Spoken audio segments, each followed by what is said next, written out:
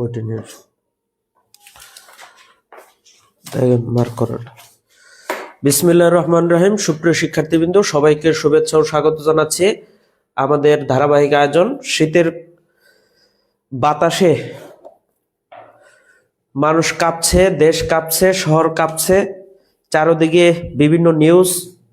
আমরা সর্বশেষ যে নিউজটা পাইলাম, আমাদের পরীক্ষা পিছিয়ে দিয়েছে, 9 তারিখে ডেট দিয়েছে। তো এই পরীক্ষাটা 9 তারিখে দেখ, 10 তারিখে দেখ, আর যে কয়দিন পরেই দেখ, মোট কথা হচ্ছে আমাদের পড়াশোনা করতে হবে। পড়াশোনার বিকল্প আমাদের কিছু নাই। আমরা পড়াশোনা করব, পড়াশোনা করে আমরা পরীক্ষার হলে যাব ইনশাআল্লাহ। ওকে। এবং আমরা দেখতে পাচ্ছি আমাদের রাষ্ট্রে 3 দিন শোক ঘোষণা করা হয়েছে সাবেক প্রধানমন্ত্রী বেগম খালেদা জিয়ার মৃত্যুর কারণে। আমাদের এখানেও একটা লার্নিং আছে, সেটা হচ্ছে আমাদের আপডেট, যেহেতু পরীক্ষা পিছিয়েছে, আপডেট তথ্যের মধ্যে, রিসেন্ট সাম্প্রতিক তথ্যের মধ্যে বেগম খালেদা জিয়ার জীবনীও আমাদের পড়তে হবে। বুঝে গেছে? ওকে, তাহলে আমরা শুরু করব আজকে আমাদের ক্লাস।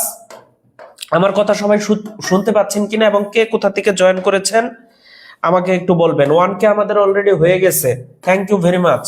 ওকে, আজকে আমরা আমাদের আন্তর্জাতিক বিষয়গুলি নিয়ে আলোচনা করব শর্ট সাজেশনের উপর। অত্যন্ত দুঃখের বিষয়, আজকে না, গত 5-6 দিন যাবত আমাদের কাছে শর্ট সাজেশন অনেকেই চাচ্ছেন, কিন্তু শর্ট সাজেশনের স্টক কিন্তু আউট। লাইব্রেরিতেও পাওয়া যাচ্ছে না, তারপরে খোঁজ নিয়ে দেখবেন। আর আমাদের হাতেও এখন আর কোনো কপি নাই।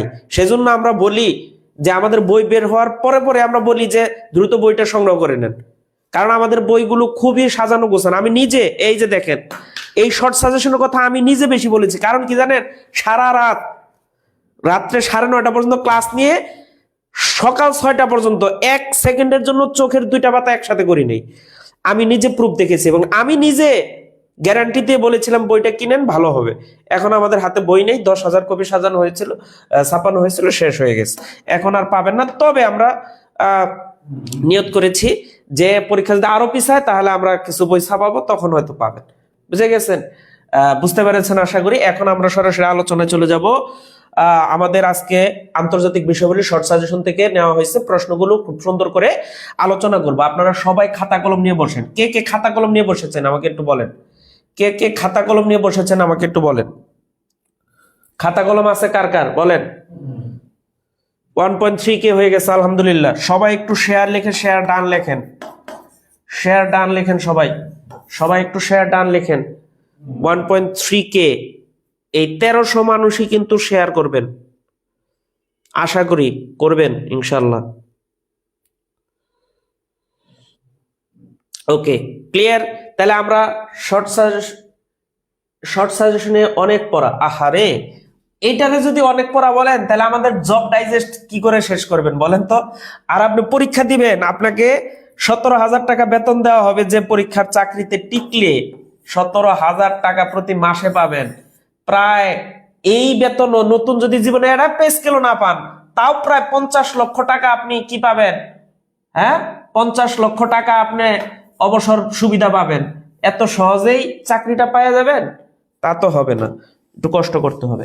ওকে, তাহলে দেখেন পৃথিবীর ক্ষুদ্রতম দেশ কোনটা? আশা করি সবাই শেয়ার করেছেন। পৃথিবীর ক্ষুদ্রতম দেশ কোনটা? পৃথিবীর ক্ষুদ্রতম দেশ কোনটা একটু সবাই বলেন। পৃথিবীর ক্ষুদ্রতম দেশ কোনটা বলেন একটু সবাই। এটা পারবেন, আশা করি পারবেন ইনশাআল্লাহ। পৃথিবীর ক্ষুদ্রতম দেশ, শেয়ার অনেকে ডান করেছে, 1.4K হয়ে গেছে, থ্যাংক ইউ ভেরি মাচ। এটা জীবনের গুরুত্বপূর্ণ ক্লাস হবে, বুঝে গেছে? সুতরাং সবাই নিজের টাইম লাইনে শেয়ার করে দেন, টাইম লাইনে শেয়ার করে রাখেন। ওকে, ভ্যাটিকান সিটি, ইয়েস, একজন উত্তর দিয়েছে সবার আগে, রাউহা ইল্লিন উত্তর দিয়েছে। সে কি বলেছে? যে পৃথিবীর সবচেয়ে ক্ষুদ্রতম দেশের নাম ভ্যাটিকান সিটি। পৃথিবীর সবচেয়ে ক্ষুদ্রতম দেশের নাম ভ্যাটিকান সিটি। এটা ইউরোপ মহাদেশেরও সবচেয়ে ছোট দেশ, তাহলে আরেকটা বিষয় মনে রাখবেন, সেটা হলো পৃথিবীর সবচেয়ে ছোট মুসলিম দেশ।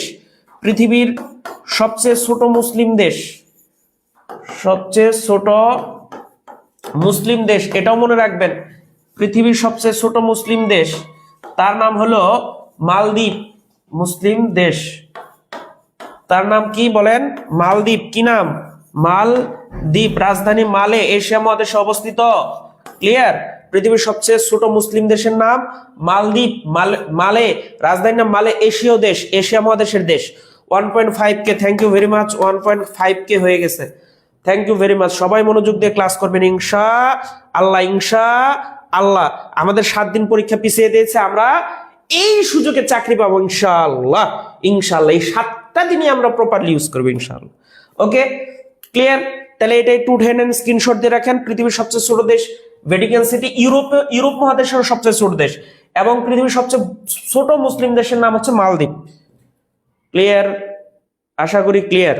তাহলে আমাকে একটু বলেন, পৃথিবীর সবচেয়ে ছোট মুসলিম দেশের নাম কি? বলেন, পৃথিবীর সবচেয়ে ছোট মুসলিম দেশের নাম কি?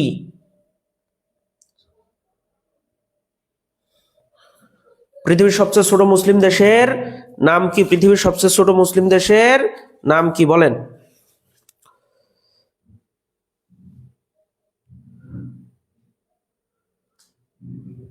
ওকে, clear?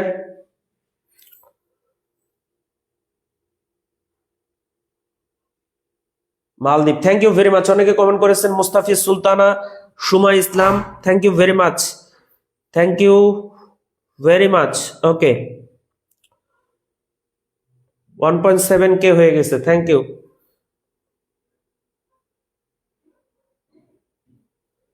1.7K, thank you very much. Okay, happy new year. অনেকে, একজন বলে দিয়েছে, thank you, happy new year. আরেকটা দিন আছে কালকে।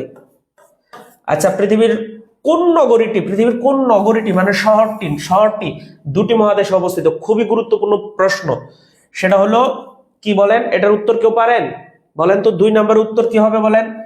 এটা এশিয়া মহাদেশে অবস্থিত, এটা মিডল ইস্টে অবস্থিত, এটা ভূমধ্য সাগরের পাশে অবস্থিত। এই দেশে একটা শহর আছে যাকে রুগ্ন শহর বলা হয়। Okay, yes, Istanbul. Yes, Istanbul, Istanbul, Istanbul, Istanbul. আর এই ইস্তাম্বুলটা কোন দেশে অবস্থিত? তুরস্কে অবস্থিত। ইস্তাম্বুলটা তুরস্কে অবস্থিত। ইস্তাম্বুলটা তুরস্কে অবস্থিত। তুরস্কের এক সময়কার রাজধানী ছিল ইস্তাম্বুল। তুরস্কের এক সময় রাজধানী ছিল ইস্তাম্বুল। তুরস্কের রাজধানী ছিল ইস্তাম্বুল, এখন হচ্ছে সরি, তুরস্কের রাজধানী ছিল এক সময় আঙ্কারা, এখন কিন্তু তুর্কি। বুঝা গেছে? এটা একটু মনে রাখবেন। তাহলে বিশ্বের কোন নগরীটি 2টি মহাদেশে অবস্থিত? ইস্তাম্বুল। তাহলে কোন কোন মহাদেশে অবস্থিত? সেটা হলো এশিয়া এবং ইউরোপ। এশিয়া এবং ইউরোপ মহাদেশে অবস্থিত। এশিয়া এবং ইউরোপ মহাদেশে অবস্থিত। এশিয়া এবং ইউরোপ মহাদেশে অবস্থিত। এশিয়া এবং ইউরোপ মহাদেশে অবস্থিত। ক্লিয়ার? এশিয়া এবং ইউরোপ মহাদেশে অবস্থিত। কথা ক্লিয়ার? বুঝতে পেরেছেন? এশিয়া এবং ইউরোপ মহাদেশে অবস্থিত Istanbul. Okay, thank you very much. Okay, তাহলে আশা করি এটা পারবেন। ক্লিয়ার? ক্লিয়ার কিনা বলেন। পরের প্রশ্নে চলে যাই। আমরা একটু বেশি প্রশ্ন পড়বো তো এজন্য একটু দ্রুত যাচ্ছি। ওকে, সেটা হলো এরপরের প্রশ্ন 3। কখন সিকিম ভারতের সাথে একীভূত হয়? কখন সিকিম ভারতের সাথে একীভূত হয়? সিকিম নামে একটা প্রদেশ আছে, সিকিম এটা ভারত থেকে আলাদা ছিল, কিন্তু একটা সময়ে একটা তারিখে এটা ভারতের সাথে যুক্ত হয়। সেটা কত সাল আমাকে একটু বলেন। কেউ পারেন কিনা? আমাদের বইটা বন্ধ রাখবেন। বই দেখে দেখে উত্তর করলে কিন্তু আপনি ভালো কিছু করতে পারবেন না। বুঝে গেছে? আচ্ছা, ওকে, তাহলে আমাকে বলেন। ইয়েস, নাসরিন উত্তর দিয়েছে। মিরাজ, মিষ্টি আক্তার, হ্যাঁ, এটার উত্তর দেন। পরীক্ষা 9 তারিখে, এটা আমরা সবাই দেখেছেন। ওটা নিয়ে না বলি। ইয়েস, একজন উত্তর দিয়েছে, তারিখ সহ বলেছে, Tania, thank you very much. তাহলে এটার উত্তর হচ্ছে 1975। ওকে, ভারত সম্পর্কে একটা জিনিস অবশ্যই পড়বেন, 7 সিস্টার্স। ভারতের 7 সিস্টার্স থেকে যে কোনো চাকরি পরীক্ষায় প্রশ্ন আসার সম্ভাবনা অনেক বেশি। 7 সিস্টার থেকে প্রশ্ন আসার সম্ভাবনা 9%। একটু হালকা করে বলে দিই, 7 সিস্টার্স কি 7 সিস্টার্স ভারতের স্বাধীনতাকামী 7টি অঙ্গরাজ্য। কিভাবে মনে রাখবেন? ত্রি আমিত্রি মে অনাম মে অনাম আমিত্রি মে অনাম। আদি হচ্ছে আসাম, আদিয়ে আসাম, মি দিয়ে মিজোরাম মিজোরাম, ত্রি দিয়ে ত্রিপুরা, ত্রি দিয়ে ত্রিপুরা, মে দিয়ে মেঘালয় মেঘালয়, অ দিয়ে অরুণাচল, অ দিয়ে অরুণাচল, না দিয়ে নাগাল্যান্ড নাগাল্যান্ড, সরি,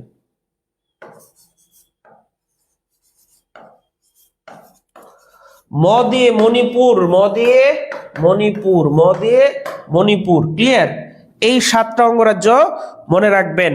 ভারতের স্বাধীনতাকামী 7টা অঙ্গরাজ্য, যারা স্বাধীনতা চায়, ভারত থেকে স্বাধীনতা চায়, ভারতে থাকতে চায় না, ভারতে থাকতে চায় না। ক্লিয়ার? আমিত্রি মেওনাম আমিত্রি মেওনাম আমিত্রি মেওনাম, মনে রাখবেন এটা। বুঝে গেছে? ওকে।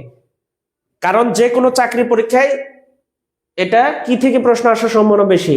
7 সিস্টার্স থেকে প্রশ্ন আসার সম্ভাবনা বেশি। বুঝে গেছে? ওকে।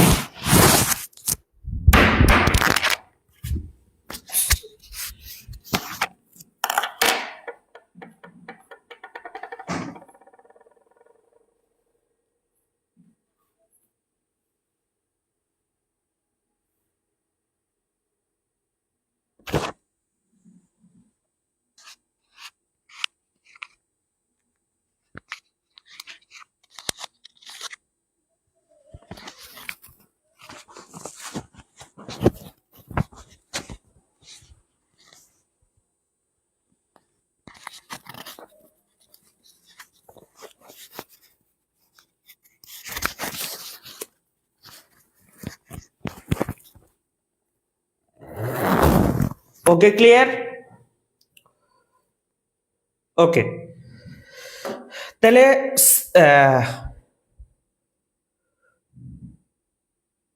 আমাকে একটু একটা প্রশ্নের উত্তর দেন, যে একটু বলেন যে 7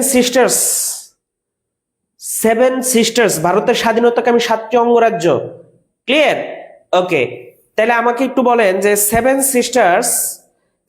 সিস্টার্সের সাথে 7 সিস্টার ভারত থেকে কি চায়? 7 সিস্টার্স ভারত থেকে কি চায় এটা একটু বলেন। 7 সিস্টার্স ভারত থেকে কি চায়? এই পরের প্রশ্নটাই আছে, সেটা হলো 7 সিস্টার্স কি?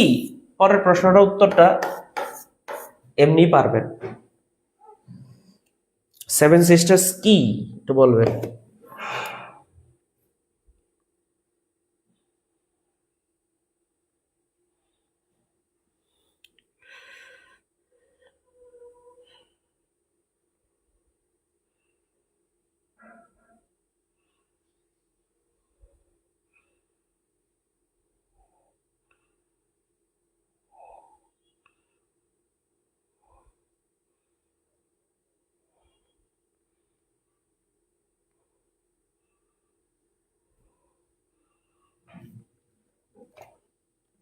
স্বাধীনতাকামী 7টি অঙ্গরাজ্য, স্বাধীনতাকামী 7টি অঙ্গরাজ্য, ভারতের স্বাধীনতাকামী 7টি অঙ্গরাজ্য। ক্লিয়ার?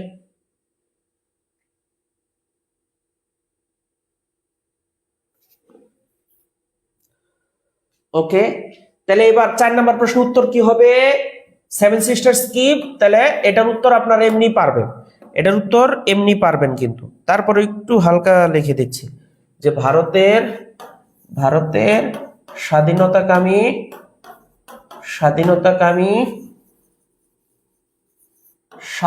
প্রদেশ, ভারতের স্বাধীনতাকামী 7টি প্রদেশ, ভারতের স্বাধীনতাকামী 7টি প্রদেশ। ক্লিয়ার?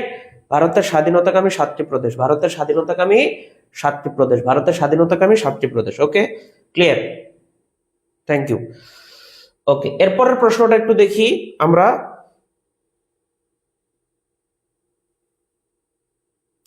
5 নাম্বারটা দরকার নাই, 6 নাম্বার একই প্রশ্ন, মানে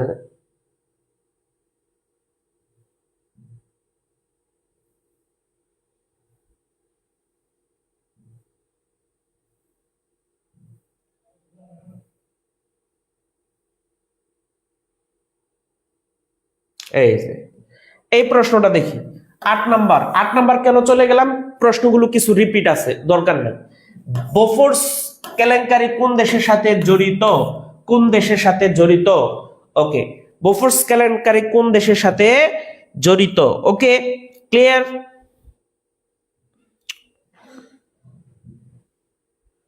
ক্লিয়ার? আচ্ছা, এটা উত্তরটা হবে ভারতের, উত্তরটা হবে ভারতের, ভারতের সাথে জড়িত, ভারতের সাথে জড়িত।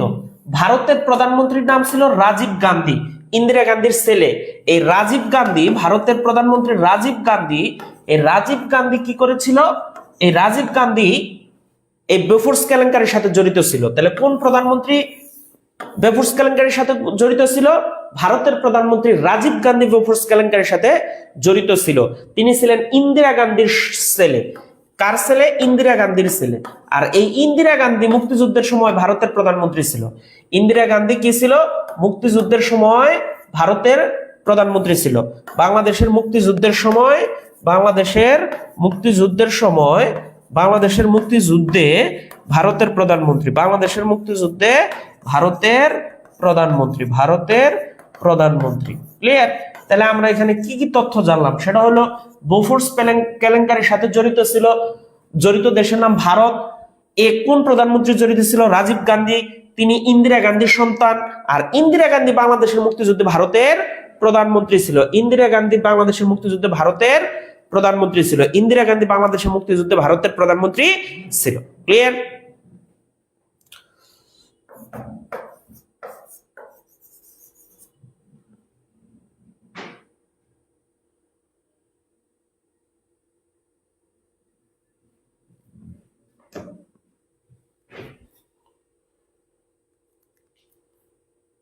হ্যালো, হ্যাঁ আমি তো ক্লাস আছে, তো পরে ফোন দিচ্ছে, এখনো পরে ফোন দিচ্ছে, ক্লাস আছে অনলাইন।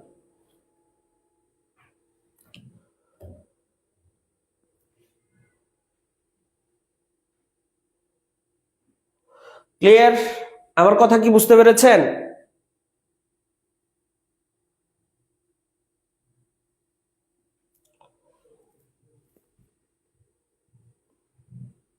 ওকে, তাহলে বাংলাদেশের মুক্তিযুদ্ধে ভারতের প্রধানমন্ত্রী কে ছিলেন একটু বলেন আমাকে।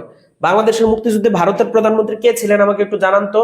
বাংলাদেশের মহান মুক্তিযুদ্ধে ভারতের প্রধানমন্ত্রী কে ছিলেন? বাংলাদেশের মহান মুক্তিযুদ্ধে ভারতের প্রধানমন্ত্রী কে ছিলেন একটু বলেন, দ্রুত বলেন। ওকে, আমরা পরের প্রশ্ন চলে যাই। পোভার্টি এন্ড ফেমিন গ্রন্থের লেখক কে? ওই লিখবো কই?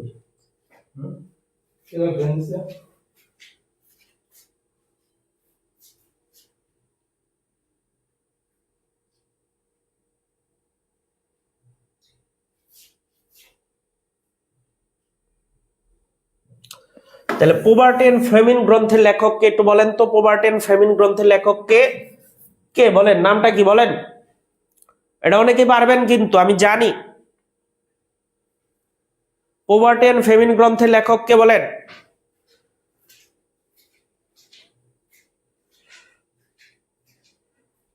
Poverty and famine, Indira Gandhi হবে না, হবে না, হবে না, হবে না, হবে না, হবে না। ও আগেরটার উত্তর দিতেছেন ইন্দিরা গান্ধী, তাহলে ঠিক আছে।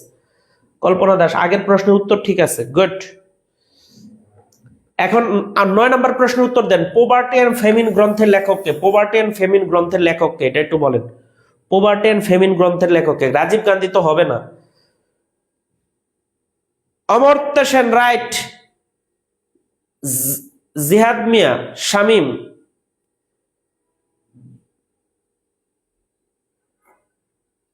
অমর্ত্য সেন, রাইট। তাহলে এই অমর্ত্য সেন হচ্ছে, অমর্ত্য সেন হচ্ছে, অমর্ত্য সেন হচ্ছে পোভার্টি এন্ড ফেমিন মানে দারিদ্র ও দুর্ভিক্ষ গ্রন্থের লেখক। দারিদ্র ও দুর্ভিক্ষ গ্রন্থের লেখক। দারিদ্র, দারিদ্র, দুর্ভিক্ষ, দারিদ্র ও দুর্ভিক্ষ গ্রন্থের লেখক। দারিদ্র এবং দুর্ভিক্ষ, দারিদ্র ও দুর্ভিক্ষ গ্রন্থের লেখক। আর এই অমর্ত্য সেন অর্থনীতিতে নোবেল পান। অমর্ত্য সেন অর্থনীতিতে, অর্থনীতিতে নোবেল পান, নোবেল পান। অমর্ত্য সেন অর্থনীতিতে নোবেল পান 1998 সালে। কত সালে? 1998 সালে। এই গ্রন্থের জন্য বা এই দুর্ভিক্ষ নিয়ে গবেষণার জন্যই তিনি 1998 সালে নোবেল পুরস্কার পান। তিনি 1998 সালে নোবেল পুরস্কার পান। তাহলে পভার্টি এন্ড ফ্যামিন গ্রন্থের লেখক হচ্ছে অমর্ত্য সেন। এই বইটার অনুবাদ করা হয়েছে দারিদ্র ও দুর্ভিক্ষ। এবং এই অমর্ত্য সেন অর্থনীতি নোবেল পান, ভারতীয় উপমহাদেশে প্রথম অর্থনীতি নোবেল পান অমর্ত্য সেন 1998 সালে। অমর্ত্য সেন 1998 সালে। কথা ক্লিয়ার? কথা ক্লিয়ার কিনা বলেন? অমর্ত্য সেন 1998 সালে অর্থনীতিতে নোবেল পান। এশিয়ার মধ্যে দক্ষিণ পূর্বে মানে উপমহাদেশে, দক্ষিণ এশিয়া উপমহাদেশে প্রথম। বুঝে গেছে? ক্লিয়ার? আচ্ছা। এবং তিনি একটা তত্ত্ব দিয়েছিলেন, সেটা হলো যে দুর্ভিক্ষ হয় রাজনৈতিক কারণে, প্রাকৃতিক কারণে না। অর্থাৎ আমরা যদি দুর্নীতি করি, ফসলের সুষম বন্টন, খাদ্যের সুষম বন্টন না করি, তাহলেই কি হবে? দুর্ভিক্ষ হবে।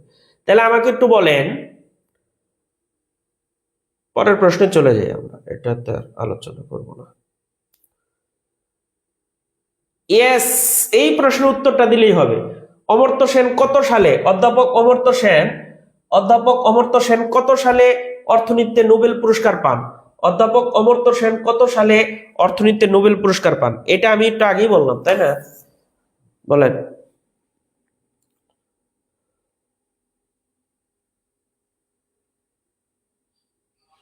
উত্তর কি হবে? 98। Right, thank you very much. এই যে উত্তরটা আপনারা ধরে ফেলেছেন, 98। পভার্টি এন্ড ফেমিনের কারণে, পভার্টি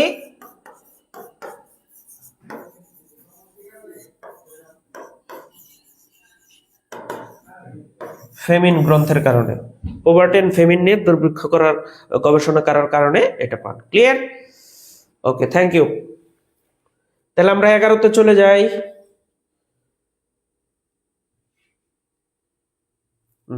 11 রিপিট হয়েছে। 12 নম্বর দেখতে পাচ্ছেন, স্লাইডটা আমাদের খুব ভালো করে বানানো, মানে একটু সমস্যা হচ্ছে, নিচে চলে আসছে। ডটার অফ দ্য ইস্ট বলা হয় কাকে? ডটার অফ দ্য ইস্ট বলা হয় কাকে? এটা একটু বলেন তো। ডটার অফ দ্য ইস্ট বলা হয় কাকে? একটু বলেন, দ্রুত বলেন। ডটার অফ দ্য ইস্ট কাকে বলা হয়?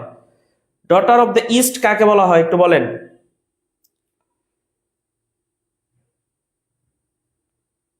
ডটার অফ দ্য ইস্ট কাকে বলা হয়? একটু বলেন তো। ইনি যাকে বলা হয় তার বাড়ি হচ্ছে পাকিস্তান। আমি অপশন দিয়ে দিই, পাকিস্তান। ওকে। আর তিনি প্রথম মুসলিম, বিশ্বের প্রথম মুসলিম, বিশ্বের প্রথম মুসলিম প্রধানমন্ত্রী, বিশ্বের প্রথম মুসলিম প্রধানমন্ত্রী।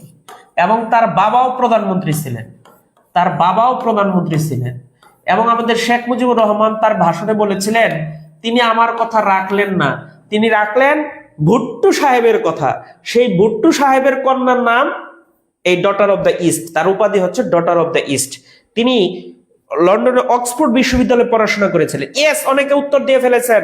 Right, Benazir Bhutto. Daughter of the east বলা হয় বেনজির ভুট্টো। বেনজির ভুট্টোকে বলা হয়, বেনজির ভুট্টোকে বলা হয়। এই বেনজির ভুট্টো কিন্তু ডটার অফ ইস্ট নামে পরিচিত, ডটার অফ ইস্ট নামে পরিচিত। ওকে। তার জন্ম পাকিস্তানে। তার জন্ম কোথায়? পাকিস্তানে। তিনি পাকিস্তানের প্রধানমন্ত্রী ছিলেন এবং বিশ্বের প্রথম মুসলিম মহিলা প্রধানমন্ত্রী, বিশ্বের প্রথম মুসলিম মহিলা প্রধানমন্ত্রী, বিশ্বের প্রথম মুসলিম মহিলা প্রধানমন্ত্রী, বিশ্বের প্রথম মুসলিম মহিলা প্রধানমন্ত্রী। ঠিক আছে? তাহলে এখন আমি আরো কিছু তথ্য দিব, মহিলা রাষ্ট্রপতি প্রধানমন্ত্রী, রাষ্ট্রপতি প্রধানমন্ত্রী। ঠিক আছে?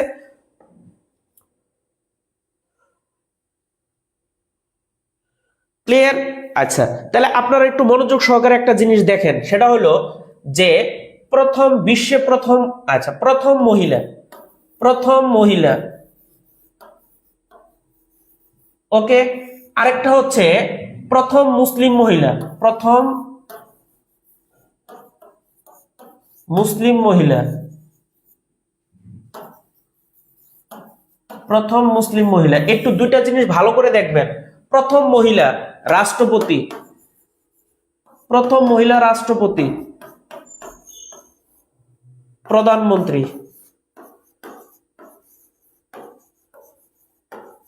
ভালো করে দেখবেন, এখান থেকে প্রশ্ন আসে। প্রথম মুসলিম মহিলা রাষ্ট্রপতি,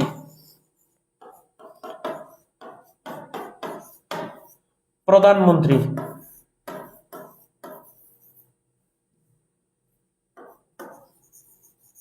একটু ভালো করে দেখবেন, আপনারা অনেক উত্তরটা জানেন, তারপর আমি বলে দিচ্ছি।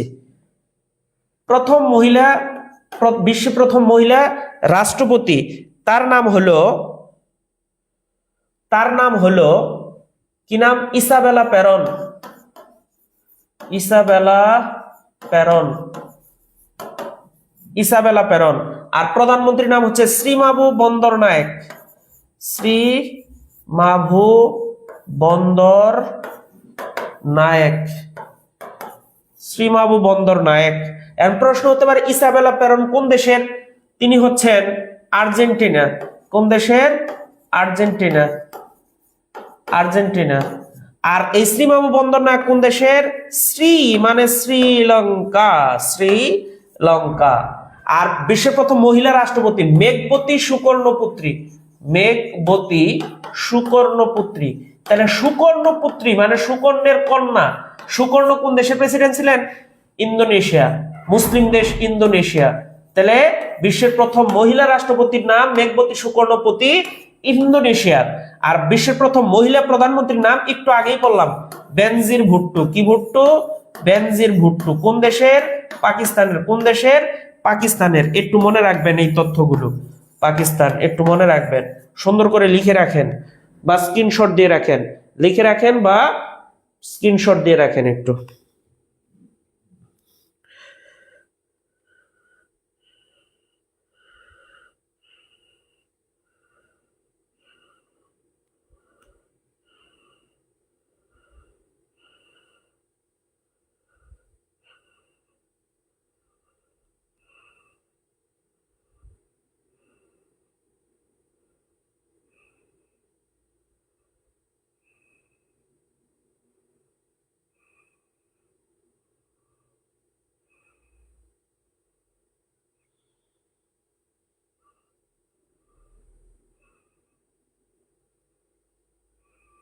ওকে, ক্লিয়ার?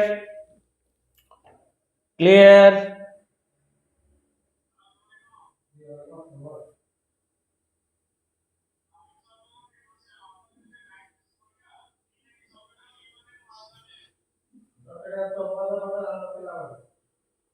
ওকে, তাহলে আমাকে একটা প্রশ্ন উত্তর দেন। বিশ্বের প্রথম মুসলিম মহিলা রাষ্ট্রপতির নাম কি? বিশ্বের প্রথম মুসলিম মহিলা রাষ্ট্রপতির নাম কি? বিশ্বের প্রথম মুসলিম মহিলা রাষ্ট্রপতির নাম কি? বিশ্বের প্রথম মুসলিম মহিলা, প্রথম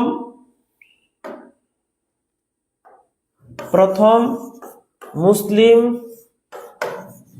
মহিলা, প্রথম মুসলিম মহিলা রাষ্ট্রপতি নাম কি একটু বলেন দ্রুত, 10 জনের কমেন্ট পড়ব।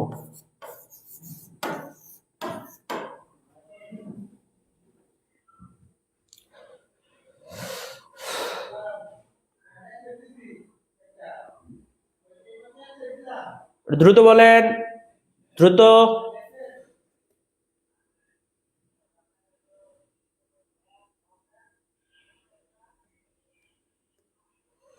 দ্রুত বলেন। ওকে, মেঘবতী সুকর্ণবতী, থ্যাংক ইউ। অমিত সাহা, তৃপ্তি, অমিতা, তারপরে Priti, Gazi, thank you very much, thank you. আমরা পরের প্রশ্ন চলে যাব। আফগানিস্তানের শেষ রাজা কে ছিলেন? আফগানিস্তানের শেষ রাজা কে ছিলেন?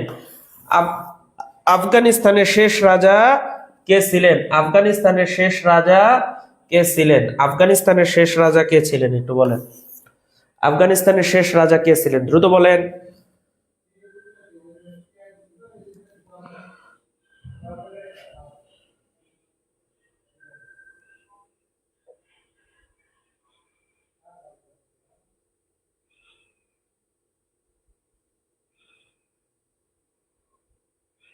আফগানিস্তানের শেষ রাজা কে ছিলেন একটু বলেন।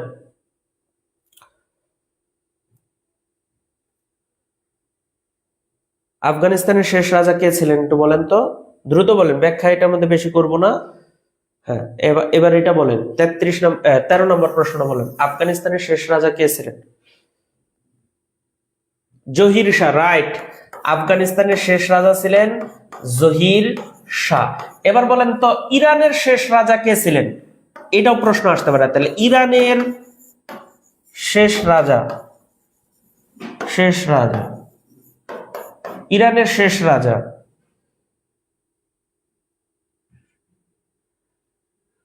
তারপরে হচ্ছে রাশিয়ার শেষ রাজা, রাজাদেরকে বলা হতো জার, তাই না? রাশিয়ার রাজাদের জার বলা হতো। তাহলে শেষ রাজা, এটাও ইম্পর্টেন্ট আছে। শেষ রাজা, তাদেরকে জার বলা হতো, তাদেরকে জার বলা হতো। তার মানে রাশিয়ার শেষ রাজা বা জার, বুঝে গেছে? আগে এটার জহির শাহ, এটা জহির শাহ হবে, সবাই একটু লিখে রাখেন জহির শাহ। ওকে, তাহলে আমাকে একটু বলেন ইরানের শেষ রাজা কে ছিল? ইরানের শেষ রাজা একটু দেখি পারেন কিনা, না পারলে আমি বলে দিব। ইরানের শেষ রাজা কে ছিলেন? ইরানের শেষ রাজা কে ছিলেন?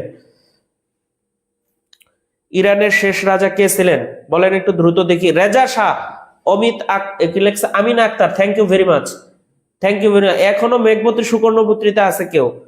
আচ্ছা, একটু বলেন ইরানের শেষ রাজা কে ছিলেন? এটা আসে পরীক্ষায়। ইরানের শেষ রাজা কে ছিলেন? ইরানের শেষ রাজা কে ছিলেন একটু বলেন তো। আচ্ছা, আমি বলে দিই। ইরানের শেষ রাজা ছিলেন Reza Shah পাহলবি, Reza Shah পাহলবি, Reza Shah পাহলবি, Reza Shah পাহলবি। আর রাশিয়ার সর্বশেষ রাজা ছিলেন দ্বিতীয় নিকোলাস, দ্বিতীয় নিকোলাস, নিকোলাস, নিকোলাস, নিকোলাস। কথা ক্লিয়ার? ওকে, কথা ক্লিয়ার কিনা বলেন।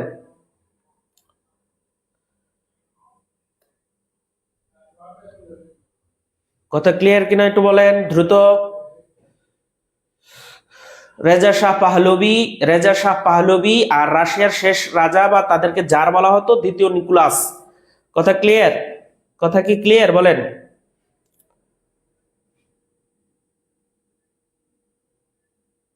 থ্যাংক ইউ ভেরি মাচ রাখি, তারপরে সাবিনা, মল্লিকা, মুগ্ধ তিথি, থ্যাংক ইউ।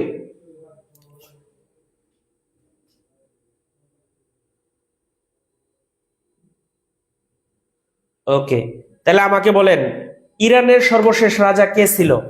ইরানের সর্বশেষ রাজা কে ছিল দেখি এটা পারেন কিনা। এরপরের প্রশ্নটা দেখি একটু। Reza Shah Pahlavi, thank you very much, thank you, thank you very much. 16 নম্বর প্রশ্ন, থাইল্যান্ড শব্দের অর্থ কি? থাইল্যান্ড শব্দের অর্থ কি? এই থাইল্যান্ড থেকে আরো কিছু প্রশ্ন ইম্পর্টেন্ট আছে, এটার উত্তর তো বলবোই, পাশাপাশি আহ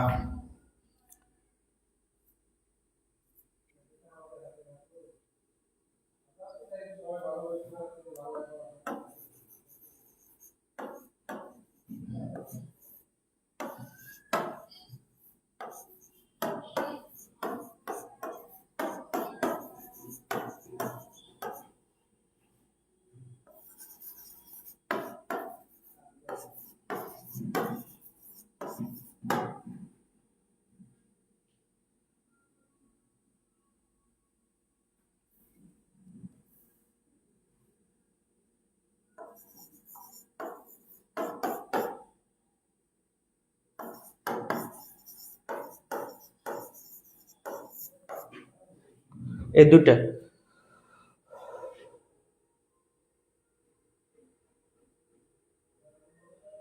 ওকে, আচ্ছা, তাহলে থাইল্যান্ড এটা একটু বলেন তো। 16 নম্বর প্রশ্নের উত্তরটা কি হবে একটু দ্রুত বলেন। মুক্ত ভূমি, অনেকে একজন অ্যান্সার দিয়েছে, ক্যাশ লাইফস্টাইল, হ্যাঁ, মুক্ত ভূমি, থ্যাংক ইউ। থাইল্যান্ডকে মুক্ত ভূমি বলা হয় কারণ এটা কখনো পরাধীন ছিল না। পৃথিবীতে একমাত্র একটা দেশ কখনো পরাধীন ছিল না, তার নাম থাইল্যান্ড, মুক্ত ভূমি বলা হয়। আর এই যে এটা এটা 18তম নিবন্ধন পরীক্ষায় আসছিল, 18তম নিবন্ধন পরীক্ষায় আসছিল যে থাইল্যান্ডের মুদ্রার নাম কি? উত্তর হবে বাথ। থাইল্যান্ডের মুদ্রার নাম হবে বাথ। আর থাইল্যান্ডের রাজধানীর নাম হচ্ছে ব্যাংকক। থাইল্যান্ডের রাজধানীর নাম হচ্ছে ব্যাংকক। থাইল্যান্ডের রাজধানীর নাম হচ্ছে ব্যাংকক। থাইল্যান্ডের রাজধানীর নাম ব্যাংকক থাইল্যান্ডের রাজধানীর নাম ব্যাংকক, আর মুদ্রার নাম বাথ। 18তম নিবন্ধন পরীক্ষা আসছিল, এই থাইল্যান্ডের মুদ্রার নামটা 18তম নিবন্ধনে আসছিল। Very very important. কথা ক্লিয়ার?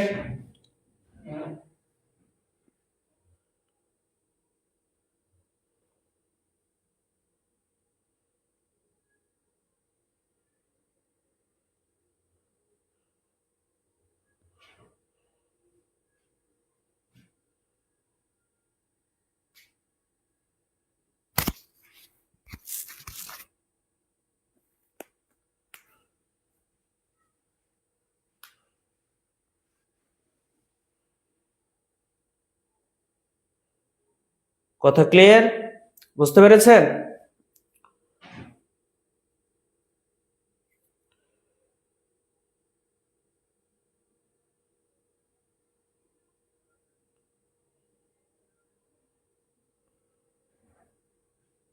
ওকে, পরবর্তী প্রশ্ন চলে যাব। তার আগে আমাকে বলেন, যেহেতু প্রশ্নটা ইম্পর্টেন্ট, থাইল্যান্ড মুদ্রার নাম কি একটু বলেন। আমাকে বলেন থাইল্যান্ডের মুদ্রার নাম কি?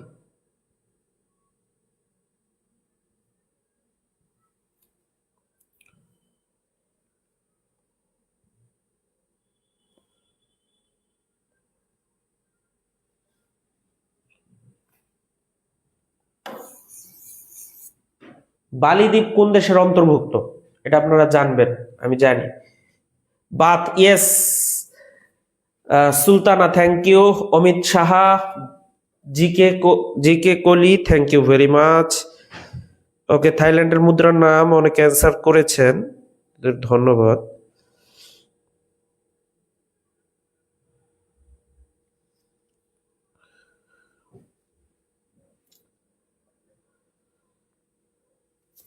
Baat, thank you very much.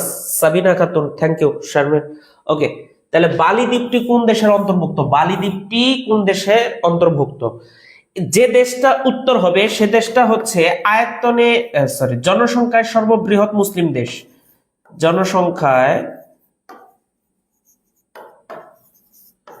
সর্ববৃহৎ মুসলিম দেশ।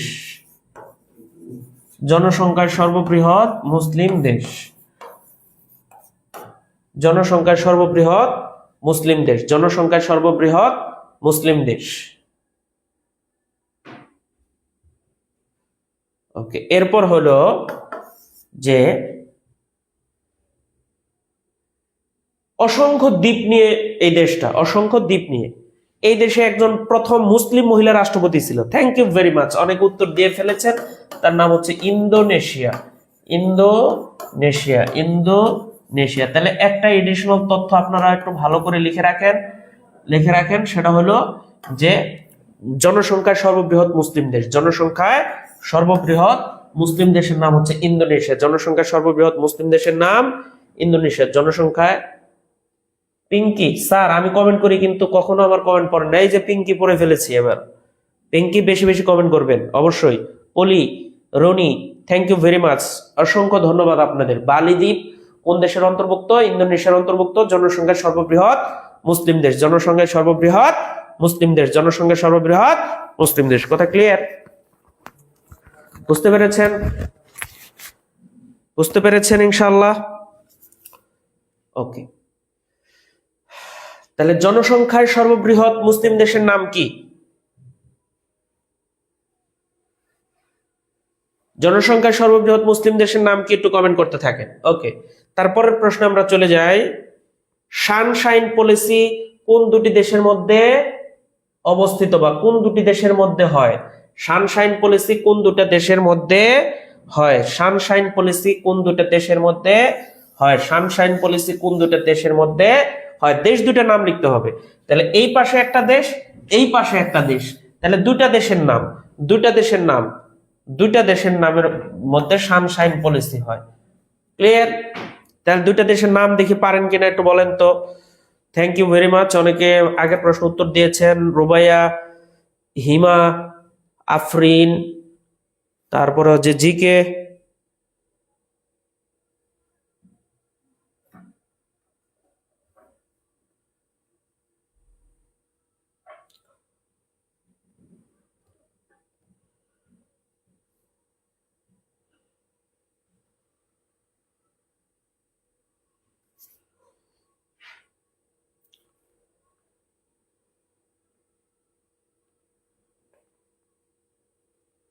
ওকে, থ্যাংক ইউ। তাহলে এটার উত্তরটা দেন। আমার কমেন্টও পড়ে না স্যার, অচেনা সেই মেয়ে। অবশ্যই সবার কমেন্টই পড়বো। কমেন্ট যদি মানে সবগুলো পড়তে চাই তাহলে কি সমস্যা হয় ওটা আপনারা জানেন, তাই না? কি সমস্যা হয়, আমাদের পড়ানোর গতিটা স্লো হয়ে যায়। তাহলে একজন উত্তর অলরেডি দিয়ে ফেলেছেন, উত্তর কোরিয়া। উত্তর কোরিয়া ভার্সেস দক্ষিণ কোরিয়া। উত্তর কোরিয়া ভার্সেস দক্ষিণ কোরিয়ার মধ্যে সানশাইন পলিসি হয়। উত্তর কোরিয়া ভার্সেস দক্ষিণ কোরিয়ার মধ্যে সানশাইন পলিসি হয়। উত্তর কোরিয়া ভার্সেস দক্ষিণ কোরিয়ার মধ্যে এদের মধ্যে একটা যুদ্ধ হয়। এই যুদ্ধর সালটা ইম্পর্টেন্ট। যুদ্ধ হয় 1950 থেকে 53, 1950 থেকে 53। এই দুইটা রেখার সীমা রেখা আছে, অর্থাৎ সীমান্ত রেখা আছে। সীমান্ত রেখা বা লাইন বলা হয় এটাকে, সীমান্ত রেখা আছে। সেটা হলো 38 ডিগ্রি উত্তর অক্ষরেখা। 38 ডিগ্রি উত্তর অক্ষরেখা। 38 ডিগ্রি উত্তর অক্ষরেখা। 38 ডিগ্রি উত্তর অক্ষরেখা। 38 ডিগ্রি উত্তর অক্ষরেখা। বুঝে গেছে? তাহলে এই তিনটা জিনিসই আপনারা জানবেন। সেটা হলো সানশাইন পলিসি হয় উত্তর কোরিয়ার দক্ষিণ কোরিয়ার মধ্যে। এদের মধ্যে যুদ্ধ হয় 1950 থেকে 53। সীমান্ত রেখা দুইটা রেখা দ্বারা পৃথক, একটা রেখা দ্বারা দুইটা দেশকে পৃথক করা হয়েছে। সেই রেখাটার নাম হলো 38 ডিগ্রি উত্তর অক্ষরেখা। ক্লিয়ার? ক্লিয়ার কিনা বলেন? আশা করি আপনারা পারবেন এবার। এটুকু ক্লিয়ার কিনা আমাকে বলেন। তাহলে আমাকে বলেন, উত্তর কোরিয়া আর দক্ষিণ কোরিয়াকে পৃথক করা হয়েছে কত ডিগ্রি অক্ষরেখা দ্বারা? উত্তর কোরিয়া এবং দক্ষিণ কোরিয়াকে পৃথক করা হয়েছে কত ডিগ্রি অক্ষরেখা দ্বারা, একটু বলেন আমাকে। দুই কোরিয়াকে পৃথক করা হয়েছে কত ডিগ্রি অক্ষরেখা দ্বারা, একটু বলেন। কত ডিগ্রি অক্ষরেখা দ্বারা দুই কোরিয়াকে পৃথক করা হয়েছে, একটু বলেন তো। কত ডিগ্রি অক্ষরেখা দ্বারা দুই কোরিয়াকে পৃথক করা হয়েছে? 49 লিখছে একজন। ও, 49 ডিগ্রি যুক্তরাষ্ট্র কানাডা। হ্যাঁ, ওটা লাইনটার নাম মনে রাখতে হবে, সোনোরা লাইন। সোনোরা লাইন যুক্তরাষ্ট্র এবং কানাডাকে পৃথক করেছে, ওটুকু important. Okay, 38 degree. Thank you very much. সবার কমেন্ট পড়তে পারলাম না, দয়া করে ক্ষমা করবেন। আমরা প্রশ্ন বেশি পড়াইতে হবে আমাদের। গণচীনের প্রতিষ্ঠাতাকে। গণচীনের প্রতিষ্ঠাতাকে। গণচীনের প্রতিষ্ঠাতাকে। গণচীনের প্রতিষ্ঠাতাকে। গণচীনের প্রতিষ্ঠাতাকে। গণচীনের প্রতিষ্ঠাতাকে বলেন। গণচীনের প্রতিষ্ঠাতাকে, এটা বেশি ব্যাখ্যা করব না। গণচীনের প্রতিষ্ঠাতাকে, এই চীন, গণচীন। গণচীন। আর আরেকটা আছে ইন্দো চীন। ইন্দো চীন। ইন্দো চীন। ইন্দো চীনটা হলো ভিএলসি। VLC মানে কি? ভিতে ভিয়েতনাম। ভিতে ভিয়েতনাম। আর এলতে হচ্ছে লাওস। আর সিতে হচ্ছে কম্বোডিয়া। মনে পড়ে গেল, এজন্য বললাম। ওকে, কম্বোডিয়া। ওকে, তাহলে গণচীনের প্রতিষ্ঠা থেকে এতক্ষণ উত্তর শেষ মনে হয়, তাই না? Mao Tsetung, right. Thank you very much. একজন সবার আগে উত্তরটা দিয়েছে, এটা এর নামটা একটু দেখি। সবার আগে একজন উত্তর দিয়েছে, সঙ্গীতা কোমল। Thank you. সঙ্গীতা কোমল উত্তর দিয়েছে, থ্যাংক ইউ। গণচীনের প্রতিষ্ঠাতা হচ্ছে মাও সেতুং। গণচীনের প্রতিষ্ঠাতা হচ্ছে মাও সে তুং। মাও সে তুং। মাও সেতুং। আর ইন্দো চীন বলা হয়, ইন্দো চীন বলা হয় মানে চীনের বৈশিষ্ট্য ধারণকারী একই ধরনের চেহারার মানুষ, এদেরকে বলা হয় ভিএলসি। মানে মনে রাখার টেকনিক হচ্ছে ভিএলসি মানে ইন্দো চীন।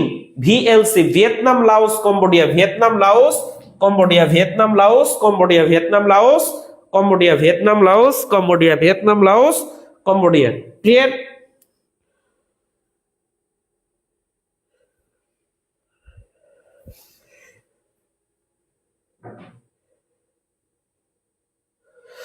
ওকে,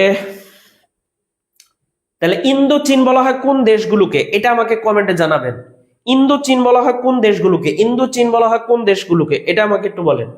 ইন্দো চীন বলা হয় কোন দেশগুলোকে? মাকাও কোন দেশের উপনিবেশ ছিল তার আগে?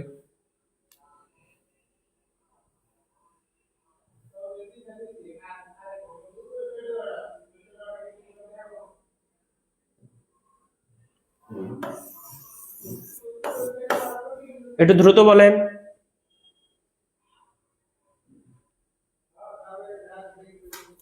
একটু দ্রুত বলেন।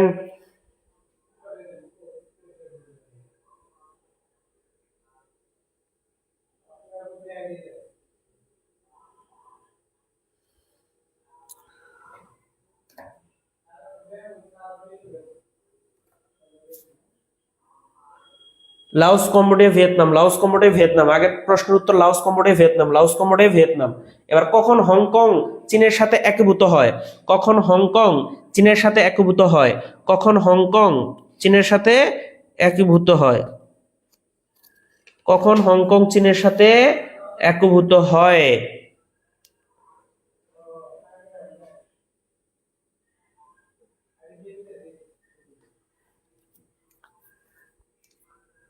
কখন হংকং চীনের সাথে একীভূত হয় এটা একটু বলেন। কত সাল? সালটা, সালটা।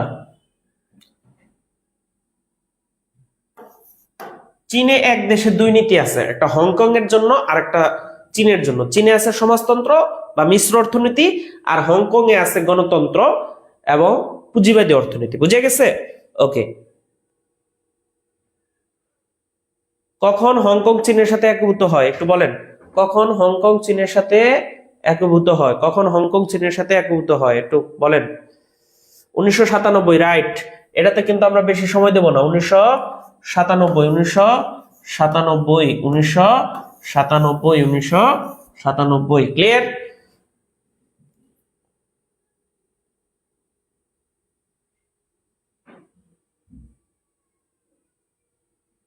ওকে। Cash, lifestyle, Afrin, Jhumur, Tania, Kajuli, thank you very much. 1979 লেখছে একজন, নো 1997। ওকে, তাহলে আমরা পরের প্রশ্ন চলে যাই।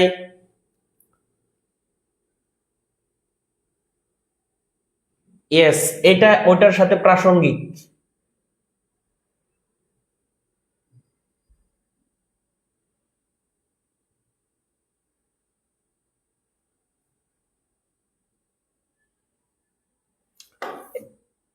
21 নম্বর প্রশ্ন, সেটা হলো 1997 সালে এশিয়ার কোন রাষ্ট্রে এক দেশে দুই নীতি পদ্ধতি চালু হয়? এক দেশে দুই নীতি পদ্ধতি চালু হয় এশিয়ার কোন দেশে? বুঝে গেছে?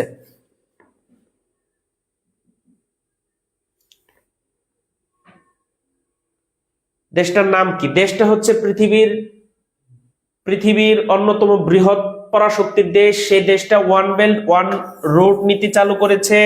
ওয়ান বেল্ট ওয়ান রোড নীতি চালু করেছে। One belt one road. তারপরে দেশটা অনেক কিছু উৎপাদনে শীর্ষ। ওকে। তারপরে হচ্ছে এশিয়ার সর্ববৃহৎ দেশ, এশিয়ার সর্ববৃহৎ দেশ, এবং ক্যাশলেস সোসাইটিতে পরিণত হয়েছে। ক্যাশলেস সোসাইটিতে পরিণত হয়েছে। বিশাল হিউম্যান রিসোর্স আছে, স্কিল ম্যান পাওয়ার আছে। বুঝা গেছে? ওকে, তাহলে কি হবে? গণচীন, রাইট। এটা উত্তর হলো গণচীন। গণচীন, উত্তর হলো গণচীন। এই গণচীনের প্রেসিডেন্টের নাম হচ্ছে শিন জিন পিং। শিন জিং পিং। বুঝে গেছে? ওকে।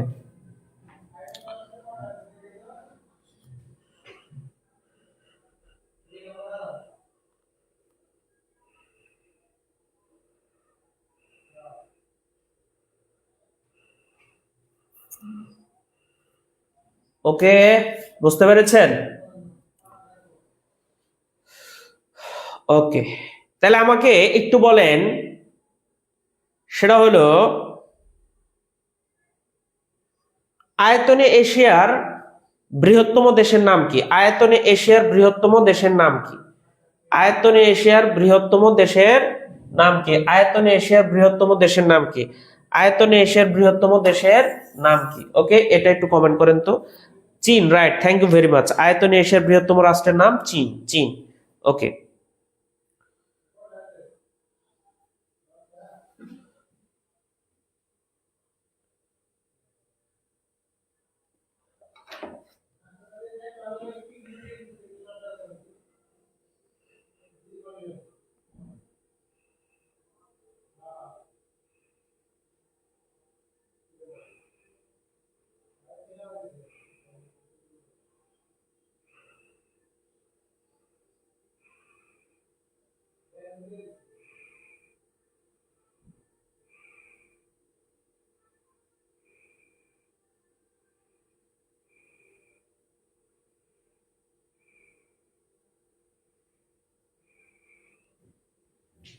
Okay, clear?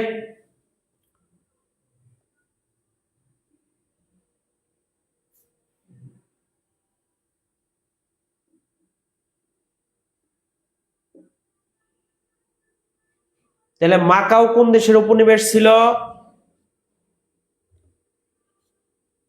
এটা আপনারা আমি জানি পারবেন। মাকাও কোন দেশের উপনিবেশ ছিল?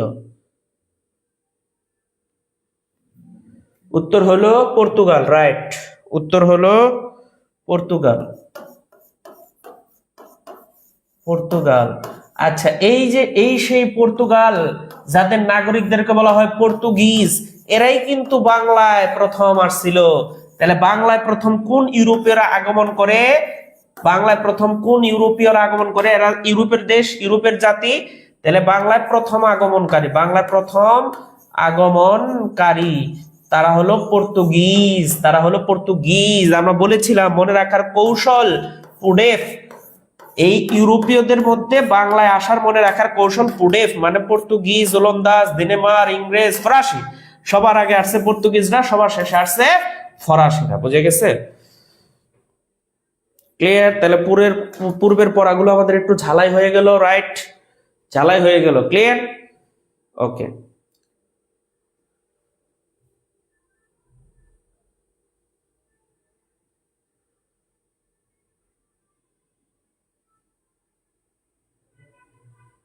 ক্লিয়ার? আচ্ছা, নেক্সট আমরা একটু দেখি সাংস্কৃতিক বিপ্লব হয় কোথায় সংগঠিত হয়? সাংস্কৃতিক বিপ্লব কোথায় সংগঠিত হয়? সাংস্কৃতিক বিপ্লব কোথায় সংগঠিত হয়? সাংস্কৃতিক বিপ্লব কোথায় সংগঠিত হয়?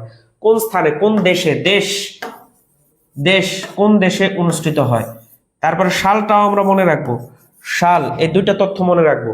দেশ আর সাল, দেশ আর সাল, দেশ আর সাল মনে রাখবো। ক্লিয়ার? বুঝতে পেরেছেন? সাংস্কৃতিক বিপ্লব হয় কোন দেশে? ওকে, দেশ আর সাল।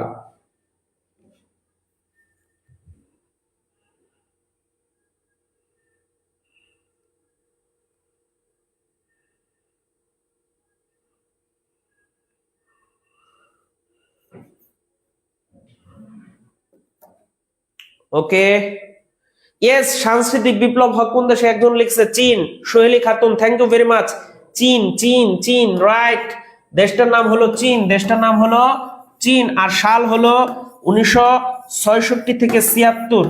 1966 থেকে 76, 10 বছর সাংস্কৃতিক বিপ্লব হয়েছিল মানুষের দক্ষতা উন্নয়নের জন্য, মানুষের ফিলোসফি ডেভেলপ করার জন্য, মানুষের চিন্তা বিবেক ডেভেলপ করার জন্য একটা বিপ্লব ছিল।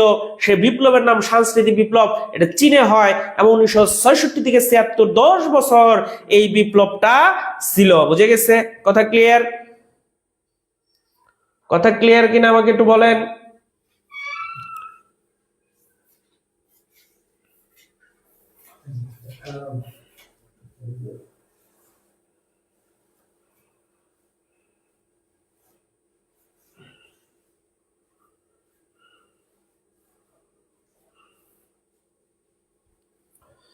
ওকে, ক্লিয়ার? ওকে, তাহলে সাংস্কৃতিক বিপ্লব হয় চীনে 1966 থেকে 76। ওকে, আচ্ছা, নেক্সট আমরা চলে যাই। গ্রেট হল কোথায় অবস্থিত? গ্রেট হল, গ্রেট হল কোথায় অবস্থিত? গ্রেট হল। ওকে,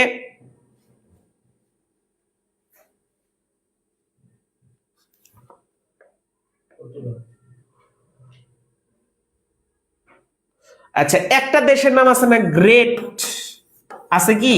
তার সাথে কি আছে? গ্রেটের সাথে কি? একটা দেশের নাম আমরা বলি গ্রেট দেশ, সে দেশের নাম কি? ব্রিটেন বলি, তাই না? Great Britain. আচ্ছা, গ্রেট ব্রিটেন আর গ্রেট হল, তাহলে গ্রেট গ্রেট মিল আছে না? আছে। তাহলে গ্রেট হল কোথায় হবে? Great Britain. ক্লিয়ার? তাহলে গ্রেট হল কোথায় হবে? গ্রেট ব্রিটেন, মানে ইংল্যান্ডও বলতে পারেন আপনি, লন্ডনও বলতে পারেন আপনি, রাজধানী লন্ডন। তাহলে গ্রেট হল কোথায় অবস্থিত? গ্রেট ব্রিটেনে। গ্রেট হল কোথায় অবস্থিত? গ্রেট ব্রিটেনে। ক্লিয়ার?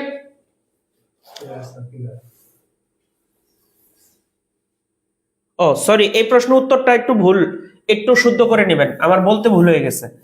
এটা হলো এই যে সরি সরি, আমি একটু জিনিসটা যেটা আমি আপনাদেরকে শিখাবো সেটা অনেকে বলতে পারেন এই জিনিসটা কনফিউজিংটা আমি দূর করতে যাচ্ছি।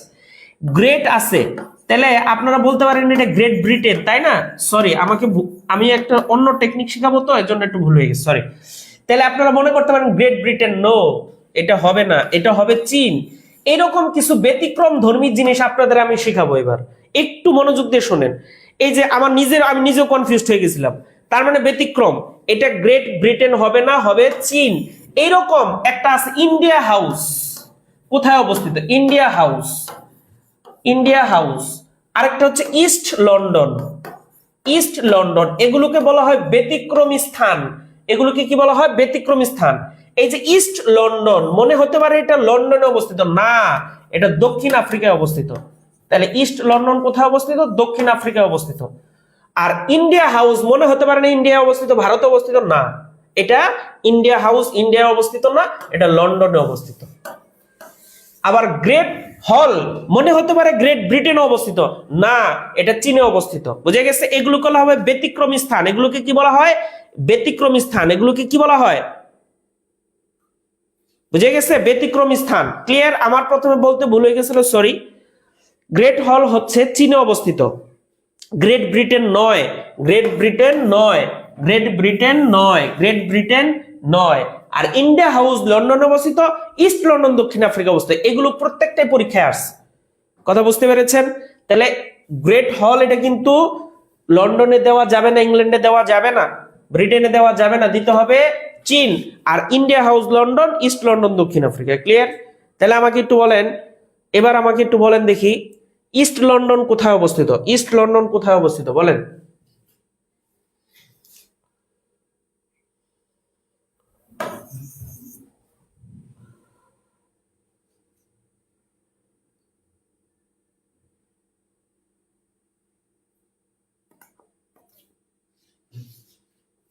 ওকে, এবার এই প্রশ্নের উত্তর দেন। ইস্ট লন্ডন কোথায় অবস্থিত? দ্রুত বলেন, ইস্ট লন্ডন কোথায় অবস্থিত?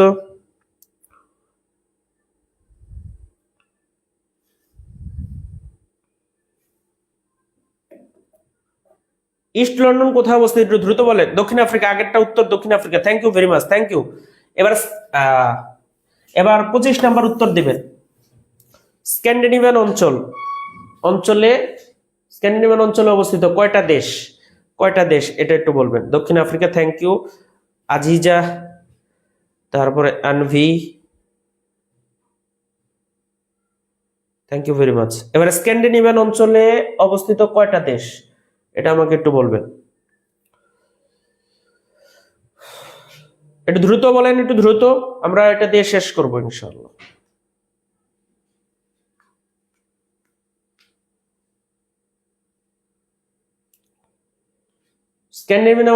স্ক্যান্ডিনেভিয়ান অঞ্চলে কয়টা দেশ? যদি কি কি পারেন সেটাও বলবেন।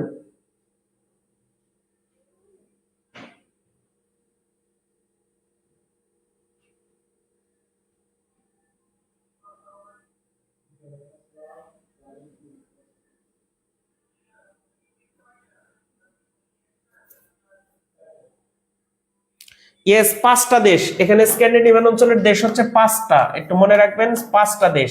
সে দেশগুলো কি কি মনে রাখবেন?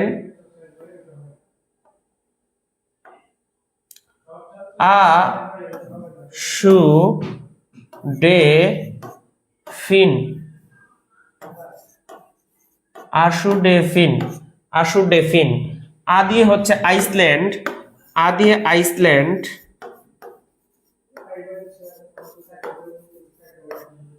সুদে সুইডেন, ডে দিয়ে ডেনমার্ক, ফি দিয়ে ফিনল্যান্ড, ন দিয়ে নরওয়ে, নরওয়ে। ক্লিয়ার? আচ্ছা, এরপর হলো রাজধানীগুলো। রাজধানীগুলো হচ্ছে আইসল্যান্ডের রাজধানীর নাম রিকজাভিক,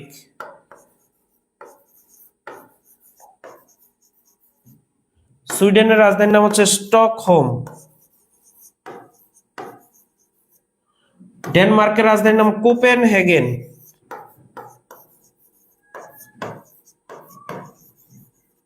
ফিনল্যান্ডের রাজধানীর নাম হচ্ছে হেলসিঙ্কি।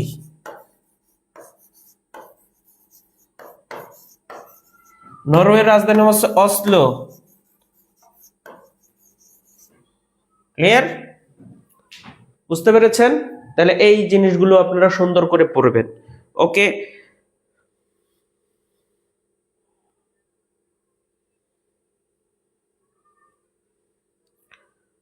সুন্দর করে পড়বেন এবং সবাই ভালো থাকবেন, সুস্থ থাকবেন। ক্লাসটা কেমন লাগলো একটু জানাবেন।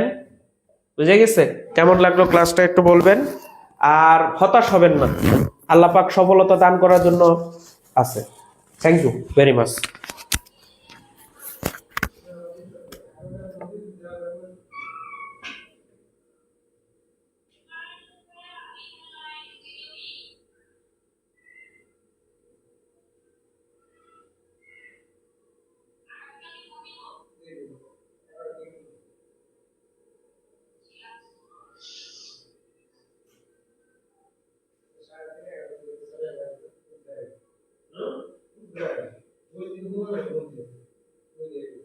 আজকের নিউজ তৈরি এখন রাইটে সামান দিতে হবে কি